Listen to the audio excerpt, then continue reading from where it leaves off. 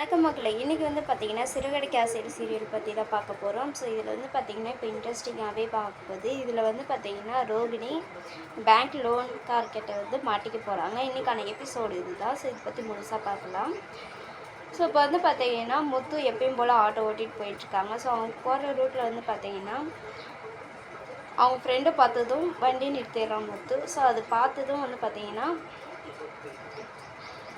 என்ன மாப்பிள்ள இங்கே நிற்கிற, என்ன நம்பா அப்படின்னு சொல்லிட்டு கேட்குறாங்க.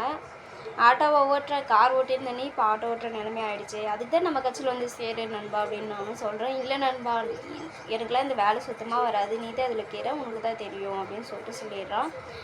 ஸோ அதுக்கப்புறம் உள்ளே வந்து பார்த்திங்கன்னா கட்சி ஆட்கள் போஸ்டர் தூக்கிட்டு போகிறாங்க. ஸோ பேனர் பார்த்ததுமே என்னடா இது 250 ஆம்பளைங்க கல்யாணமா அப்படின்னோடனே ஆமாம் அப்படின்னோடனே சரி எப்போ பாவம்னோடனே கல்யாணம் ஆகிற ஆம்பளைங்க சொன்னடா அப்படின்னு சொல்லிட்டு முத்து சொல்கிறான்.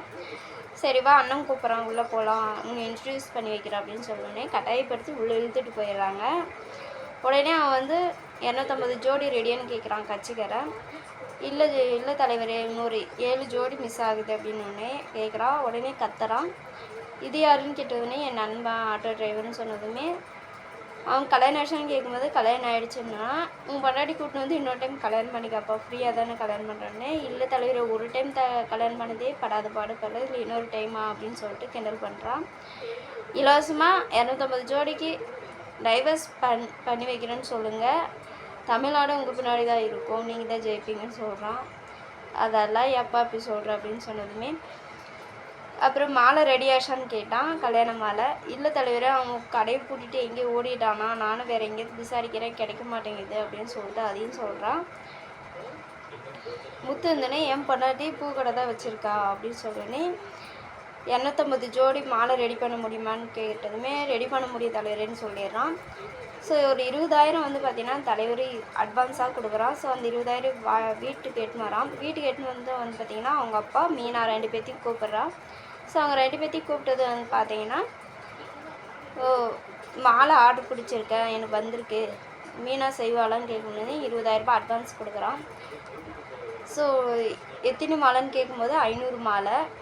ஸோ 500 மாலை 250 ஜோடி 500 மாலை வேணும்னா எத்தனை நாளில் கேட்கும்போதே 2 நாளில் வேணும்னா 2 நாள்லேயே முன்னாடியே எனக்கு ஃபோன் பண்ணி கேட்டுருக்கூடாதா, 2 நாளில் எப்படி முடியாதுன்னு சொன்னோடனே சரி அட்வான்ஸ் கூட நான் வேறு எங்கேயாவது பார்த்துக்கிறேன்னொடனே இல்லை நான் பார்த்துக்கிறேன், எங்கள் அக்கா தெரிஞ்சவங்களை கூப்பிட்டு நான் வேலை வாங்குகிறேன், நீ அவங்களுக்கு சம்பளம் கொடு அப்படின்னுறான். அதுக்கப்புறம் வந்து பார்த்திங்கன்னா லிஸ்ட்டு போட ஆரம்பிக்கிறா. எனக்கு இதெல்லாம் வேணும், வண்டி கம்மி ரேட்டில் கிடைக்கணும் அப்படின்னு சொல்லிட்டு அதையும் சொல்கிறோம். இதெல்லாம் நான் ஏற்பாடு பண்ணிக்கிறேன், மாலை 2 நாளில் ரெடி ஆகும்னா 2 நாளில் ரெடி ஆகிடும், டைமுக்கு கொடுத்துடலாம் அப்படின்னு சொல்லிட்டு மீனா சொல்லிடுறான். அதுக்கப்புறம் வந்து பார்த்திங்கன்னா மனோஜ் ரோகிணியும் வேலைக்கு கிளம்பிட்டு இருந்தாங்க. ஸோ 2 பேர் ரோட்டில் நின்று பேசிகிட்டே போகும்போது வந்து பார்த்திங்கன்னா பேங்க் வசூல் பண்ணுறாங்க இல்லையா. ஸோ பேங்க்காரங்க வந்துடுறாங்க. எதாச்சும் அவளை பார்த்ததுமே வண்டி திருவிழா அப்படின்னு சொன்னோடனே அவளை பார்த்து வண்டி மடக்கி, ஏன்னா எங்களை ஏமாற்றிட்டு நீ ஜாலியாக போயிட்டுருக்கியா, உன்னை தான் இவ்வளோ நாளாக தேடிட்டு இருந்தேன், இப்போ தான் நீ சிக்கியிருக்கேன்னு உடனே மனோஜ் வந்து ஏங்க இப்படி பேசுகிறீங்க, ஏமாற்றிட்டு அது இதுன்னு, உன் பொண்டாட்டி லோன் வாங்கிட்டு 4 லட்ச ரூபா லோன் வாங்கிட்டு இன்னும் 1 ரூபா கூட லோன் கட்டலை அப்படின்னு சொல்லிட்டு சொல்கிறான். என்ன அதுன்னு கேட்கும்போது இல்லைங்க நானே வந்து பேசலான்னும் போது ரோகிணி சொல்கிறா, அதெல்லாம் இல்லை, நீ பணத்தை கட்டி ஆகணும், இப்போ கையில் பணம் இல்லைன்னு உன் ஆதார் கார்டு எடு அப்படின்னு சொல்லிட்டு ஆதார் கார்டு எடுக்க வைக்கிறான். அவங்களுக்கு வீடியோவும் எடுத்துட்றான் பேங்க்காரன். இன்னும் 1 மாதத்தில் பணத்தை செட்டில் பண்ணால் உன்னை இல்லை உன் புருஷனை தூக்கி ஜெயிலில் வச்சிருவேன்னு சொல்லிட்டு மிரட்டிட்டு போகிறாங்க. இன்றைக்கான எபிசோடு இப்படி தான் நடக்கும்போது தொடர்ந்து இது போல் பிரம பார்க்க நம்ம சின்ன தொடர்ந்து ஃபாலோ பண்ணுங்கள். நன்றி.